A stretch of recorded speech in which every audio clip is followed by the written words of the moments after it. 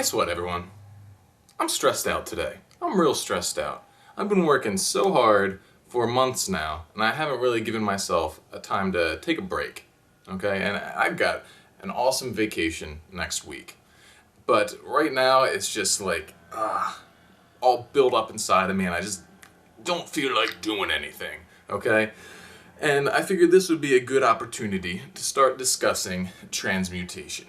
Okay, because I know some of you out there are struggling with an urge right now. You're struggling with, what am I going to do with this desire to watch porn? And I understand, it's a very tough thing to deal with. But sometimes when you have all these feelings inside of you, there is a way that you can kind of transfer them to something else. And that's what transmutation is. It's the idea of changing energy from one form into another. So for me, how I'm transmuting this frustration is that I'm doing this video without any sort of script, okay? Normally I would be much too afraid to do that because I like to have everything controlled. I like to have everything planned out in advance so that I can make sure that it's perfect and it meets my standards and it makes me feel safe. But, you know, I figured, hey, I'm ticked off right now. Why not use this as an opportunity to face some of my fears, okay? So, you know, hopefully this video still goes well. If not, oh well. Alright, welcome to the Sacred Sexuality Project, where we help you live a higher expression of your sexuality. So in my last video, I talked about some different kinds of things that we could talk about in this video. One of them was the idea of gaining sexual satisfaction and fulfillment without genital stimulation, and the other was the idea of sexual transmutation in general. And both of them seemed to generate a very positive response, and you guys really wanted to hear about them.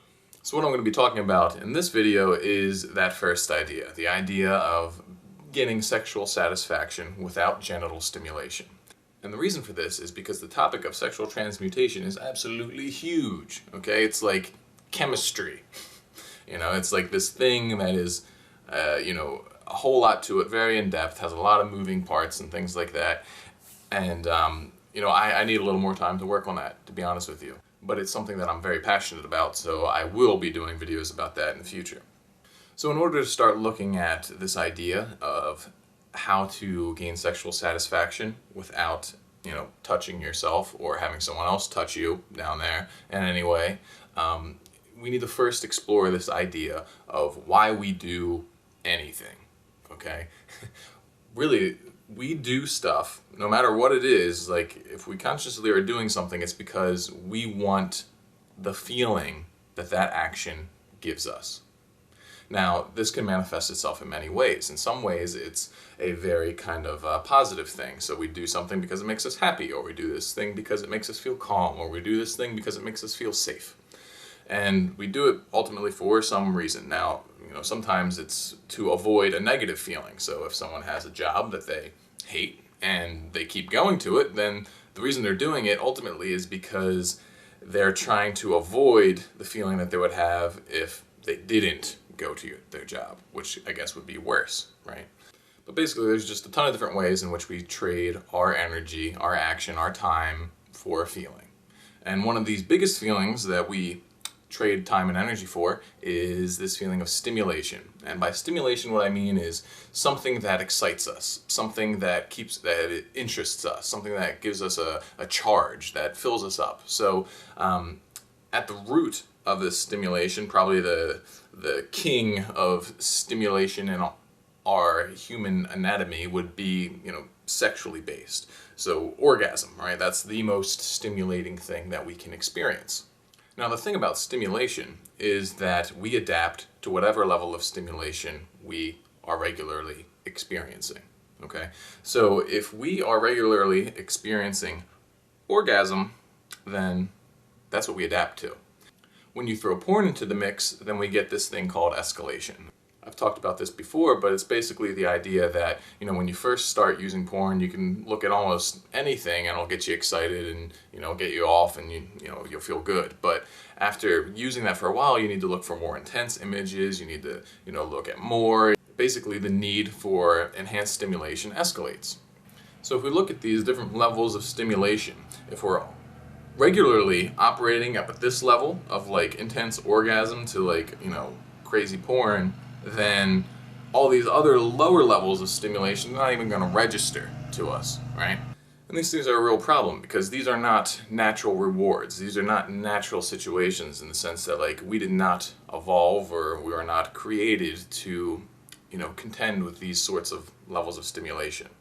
So basically what happens is our natural rewards are no longer appealing to us because we've got these super stimulating artificial ones.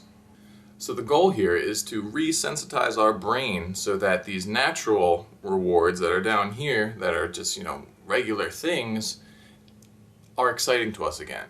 So in a romantic sense, what does this entail? Well, just simple conversation with a girl.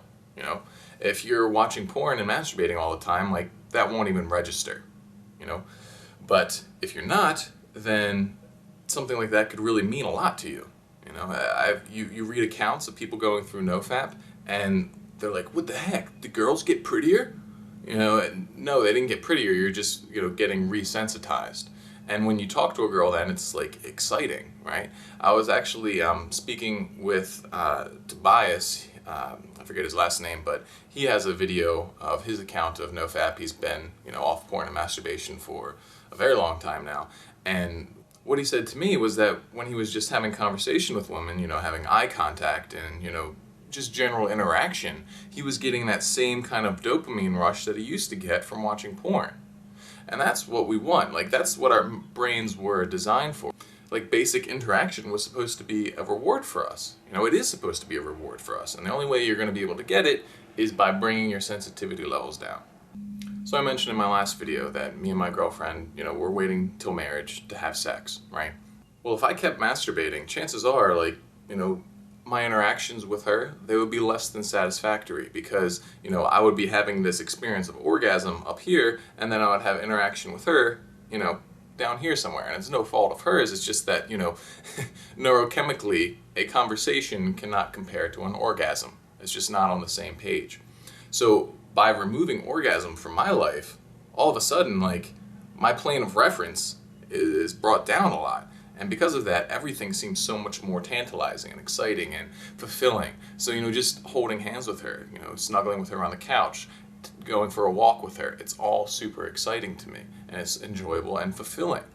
If you want this same thing with your interaction with women, then stop masturbating, stop watching porn, and stop fantasizing so much. Eventually, like, after you get yourself to the point where you're used to that, then, you're not going to be constantly comparing these other experiences to this peak experience of a hyper-stimulated orgasm.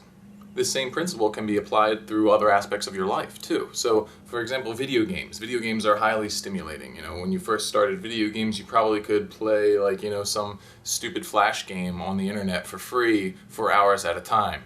But after you play that kind of stuff for long enough, you need some more hardcore games. You need something that's more challenging, more exciting, etc. And eventually you get to this point where you're getting so stimulated by video games that, other stuff seems less exciting, like going out to parties, doing work, discovering your passions, doing hobbies. All of these things, they kind of fall to the wayside because video games are so awesome. So I haven't thrown video games completely out of my life because it's actually a medium that I'm rather passionate about in terms of, what it means and how it, as an art form, more or less, laugh at that if you want. But I have drastically reduced the time that I spend playing video games because by doing that, other things, especially involving this project, seem much more exciting and much more rewarding, and you need that drive if you want to go after something. You can't get motivated to go after something that's not exciting to you, right? So figure out what you want to get excited about, and then identify the things that are sucking up and robbing your excitement. It could be video games, it could be pornography and masturbation, it could be TV, it could be YouTube, it could be the internet, it could be any number of things in this media, pleasure-driven society of ours. People have this assumption that when you cut stuff out, you're missing out. Well, you are missing out technically on that stuff, but at the same time, you're magnifying and intensifying what you keep. So identify the things in your life that you want to mean something to you, and cut out all the other crap. If you do that, you're guaranteed to be fulfilled. So that's my video. I hope you liked it. Next week, I don't know what I'm going to be doing about my video since I am going to be on vacation, like I said, but maybe I'll be doing kind of a fun, different kind of video next week, like while I'm on vacation. But until next time, guys, love a lot, laugh a lot, and stay clean.